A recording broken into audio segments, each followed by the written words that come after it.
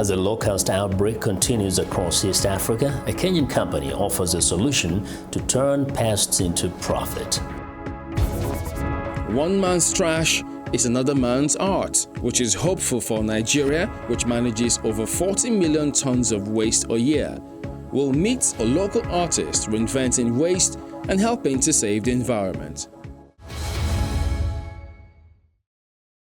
Hello and thanks for tuning into the show that goes around the continent to bring you stories near and far. I'm Chamberlain Usowa, Channels Television here in Lagos. I'm joined by Vincent Makori from Voice of America in Washington. Well, thanks. I'm Vincent Makori at the Voice of America. It's great to be with you again for another edition of Africa 54. Our broadcast still looks a little different because of the global pandemic, but we truly appreciate you staying with us on Africa 54. Let's start off with the latest from Nigeria. Chamberlain Uso in Lagos brings you that story. This month, the world is celebrating the 51st International Earth Day, an annual event held to demonstrate support for environmental protection. The theme for this year's Earth Day is Restore Our Earth. Here in Nigeria, at a time when it's increasingly difficult to manage appropriately over 40 million tons of waste generated yearly, a 28-year-old artist, Komboye Eugene, sees prospects and is contributing his quota creatively. He's chosen to reinvent waste, change the way we see it, and most importantly, save the environment. Channel TV's Chris Elems reports. Every artistic expression comes with a message, and the choice of how to share the experience resides with the messenger. Rare materials to send such messages are scarce. Some resort to the waste bin. Eugene Komboye belongs to that class. He picks up discarded flip-flops from dump sites in Abeokuta where he resides and turns them into beautiful works of art. Lifespan again of this material is maybe a year of 6 months, and people will have to throw them away. These materials affect our environment because they go on to kind of block our drainages and what have you. So now I take these materials and I recycle them, I cut them to produce my own art.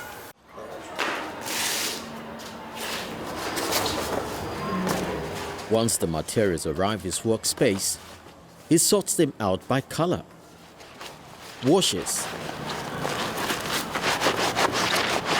and then cuts them into tiny, usable bits for his palettes.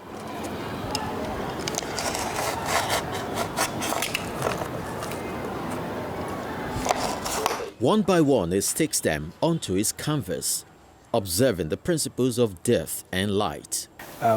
No picture is flat, and every picture have a kind of a dimension of dark, light, and these are things that brings out the form of everybody. Eugene says sourcing for materials, though free, comes with its challenges. We live in an environment where many things are happening. You just don't trust people. So I've been confronted quite a number of times. People have been asking me, what do I do? Because people might think I'm a ritualist. You know, this is something that people have used. But my own way out is to show people what I do. Because most times I am with my device where I have pictures of what I've done in time past, maybe pictures of when I'm working with them, and that's my way out. What is trash to one could be cash to another. And Eugene Komboye has demonstrated this through his work of art. Chris Elems, Channels Television News. Joining us now is Deji Akintunde, the co-founder of Rethinking Cities. He's also an environmentalist. Thank you for joining us on Africa 54. Now, on this year's International Earth Day, what is the significance of bringing to the fore the need to take care of the environment? Oh, well, thank you, first of all, for having me. Definitely, it is of great significance to bring to the fore the importance of environmental issues as it affects us. This is the earth that we have, and we have a core responsibility of taking care of it. As you might have noticed, recently now, we are having hotter cities, and whenever it is cold, it's getting colder.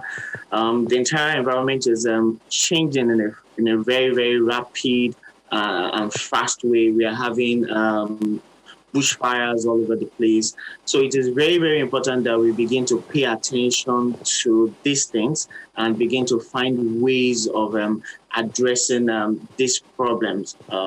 For us to enjoy our stay on the earth, we definitely have to look at these issues and begin to address them and begin to look at policies and actions that need to be taken to solve these problems.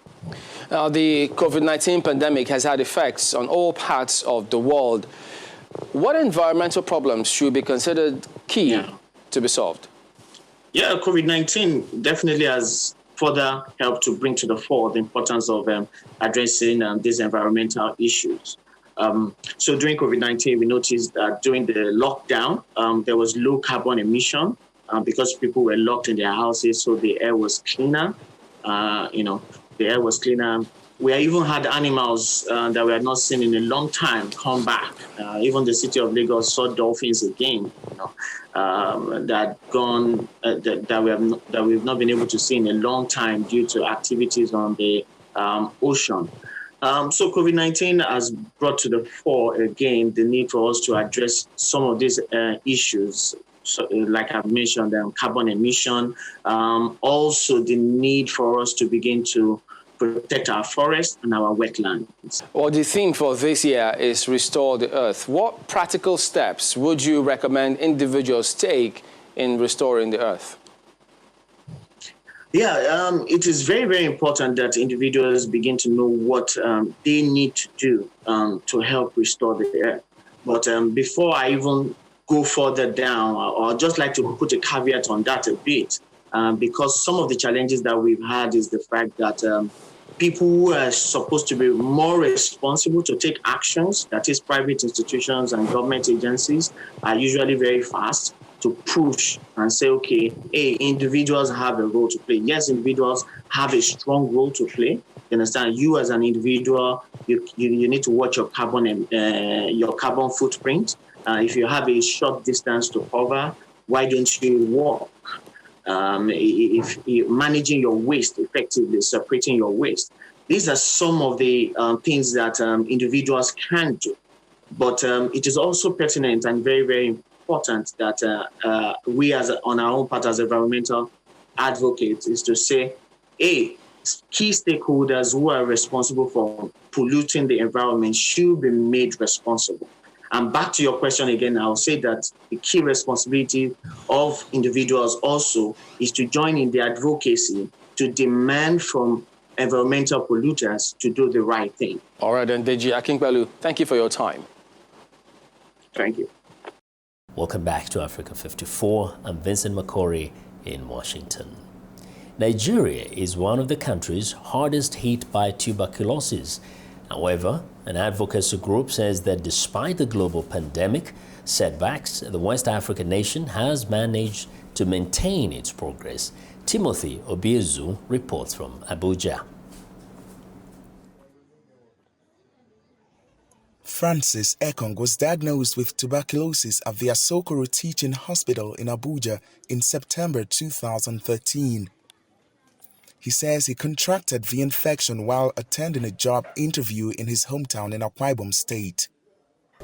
I suspected that I actually drank from a cup somebody used, somebody who is a patient. Ekong's family advised him to get his own apartment and isolate himself for treatment. It took months to get better. The experience was a gory one. The pain, the sleepless night, I was having heat in my chest, my ribs, not able to breathe very well. Nigeria is ranked among the top 2 TB-burdened countries in Africa and in the top 8 globally, according to the World Health Organization. An advocacy group, the Stop Tuberculosis Partnership, says global diagnosis and treatment of the disease dropped by 23% last year due to the pandemic, setting progress back to levels last seen in 2009. But the group's latest report also notes Nigeria, unlike many other high-burden countries, recorded a slight increase in TB diagnosis and treatment. The Nigerian government actually is between the very few that were able to keep the focus on TB in such a way that we looked at the numbers of Nigeria, but we noticed that there is not a drop in the cases. So they succeeded to maintain the level of 2019 and even slight increase of around 8% in the number of people diagnosed and treated. Officials say Nigeria achieved this increase by incorporating TB testing into the national COVID-19 response. Itohowo Uko is a director at Nigeria's National Tuberculosis Control Program. We have some machines, diagnostic tools, like our gene expert machine. In some centers, we now integrate the diagnosis of both TB and then the COVID-19. And so when a person visits that center, the person will be tested for both the TB and then COVID-19. This month, President Muhammadu Buhari accepted a 3-year grant of 890 million from foreign donors to fight HIV, malaria, and tuberculosis.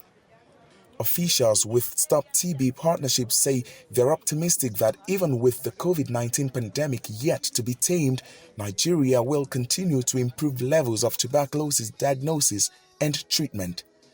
Timothy Obiezu for VOA News, Abuja, Nigeria. The impact of climate change is increasingly felt by Africa's small-scale farmers who are battling the ravages of drought, floods, and desert locusts. However, Pula, a 5-year-old Kenyan insurance technology startup, offers coverage to help small-scale farmers manage the risks of extreme weather conditions. When Kenyan farmer Wakil Munyalo's crop of lentils shrank by 3/4 last year because of unusual low rainfall, disaster was averted thanks to a simple remedy that was previously unavailable to most African farmers: insurance. Following a year of unusual low rainfall, Munyalo, a 38-year-old mother of 3 in Kenya, had taken out an insurance policy with Kenyan startup Pula, which aims to reach a vast untapped pool of African farmers grappling with new disruptions linked to climate change. The weather patterns have really changed lately, especially rainfall. In the past, the rains were enough to produce a good harvest. The rains come and disappear for about 3 weeks. Then, with the prevailing hot conditions, the crops just wither and die. Farming is the biggest contributor to many African nations' economic output, including Kenya, where 600,000 farmers have taken out policies with Pula in the 6 years since it's launched. Key to the firm's success is affordability. Farmers can insure their crop with Pula for as little as $5 to $10.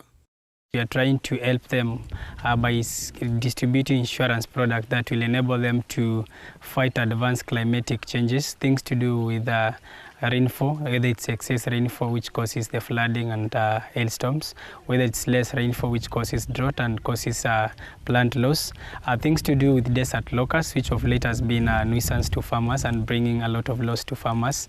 Because of climate change, farmers are having to contend with unpredictable rain patterns, frequent droughts, and even the emergence of new pests and diseases. Across Africa, small-scale farmers who collectively are crucial to feeding the continent are struggling to cope with the impact of climate change on weather pattern and the land on which they depend. Those challenges, combined with the spread of mobile phone technology, have created the conditions for Pula's rapid growth. Looking beyond Kenya, the company has also signed up 4.6 million farmers in Nigeria, Zambia, Ethiopia, and other African countries. Still to come on Africa 54, recycling to survive in a struggling South African community. An award-winning startup called Love Our City, Clean or Lock helps this community make more food and a cleaner neighborhood.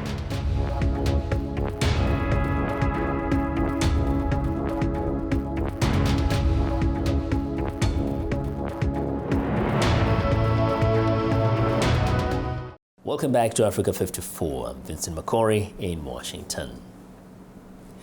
A massive locust outbreak continues threatening farmers' fields in East Africa. Now, a Kenyan company says it has a solution to turn the pests into profit. VOA's Arasha Robasadi has more. Farmers like the ones at this tea plantation in Kenya struggle to protect their crops from hungry swarms of locusts. But when darkness falls and the insects are well fed and tired, the farmers fight back. So once they roost, we mobilize communities around those areas to harvest them overnight, because that is when it's most appropriate to harvest locusts. It's at night when they actually sleepy, they have little energy to move, and they're also very lazy. Natalina Lepayok is a livelihood officer in Kenya's Turkana County. She and local farmers track locust swarms during the day to capture them by night. For some harvesters, it's time for payback.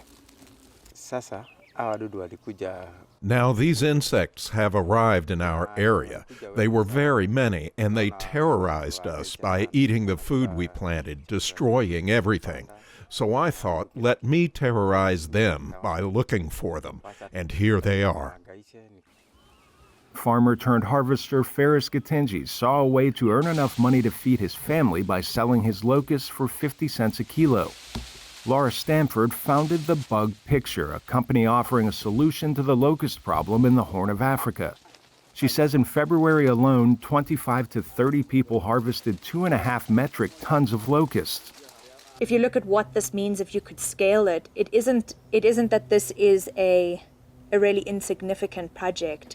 This has the ability to be something quite big if we were able to look at a larger mobilization and take advantage of this, because these swarms they're not disappearing. They are incredibly effective at breeding. The Bug Picture dries and grinds the locusts before sending them to Jomo Kenyatta University of Agriculture and Technology, where they'll be mixed with other animal feed and studied as a viable source of food. Swarms can move as many as 150 kilometers per day, and East Africa is amid its worst locust outbreak in 70 years. Local farmers say they're looking for any solution to end it. Arash Arabasadi, VOA News. A struggling South African community is turning to recycling as a way to put food on the table and clean up their neighborhood, especially after being badly hit by COVID-19 lockdowns. Love Our City Clean is an award-winning startup that develops unique solutions for dealing with waste and then gets companies, schools, and communities involved. In the Port Johannesburg neighborhood of Lawrenceville, recycling isn't just a way to protect the environment. It also puts food on the table. The community has struggled to survive under the global health crisis. But under an initiative by local charity, Love Our City Clean, residents like Tandaka Sebanyoni can exchange bags of recycling for points to buy groceries. Recycling because I'm helping the community. It is important for me because I also got food to help my family, because this lockdown, you see, things are not going well. We don't have food. So this recycling is helping us to get at least a little bit of food to put on the table for the kids. Charities, businesses and the government have all launched temporary feeding schemes, but LOC, which partnered with community-run organization Makers Valley, said it wanted to find a solution that empowered people. Recycling is sold to big depots or private buyback centers. The money is then used to fund awareness campaigns and city cleanups. Co-founder Zwelile Magwaza said he wants the scheme to become a part of the local lifestyle. So we're just working on to continue to, just to make it a part of the lifestyle in the community, where we will continue to have a clean community, but also a community where you can buy food with recyclable material, when you can buy food with stuff that you normally just get trash or sent to the landfill. And with growing that, just more educational programs where we want to teach the community to take that recyclable material, turn it into art, or create and upcycle and create other things with it that we sell at the market. The scheme appears to have inspired Lawrenceville residents. Some, like Tumelo Dichaba, have now got involved in another scheme cleaning the city's biggest river, the Juskai.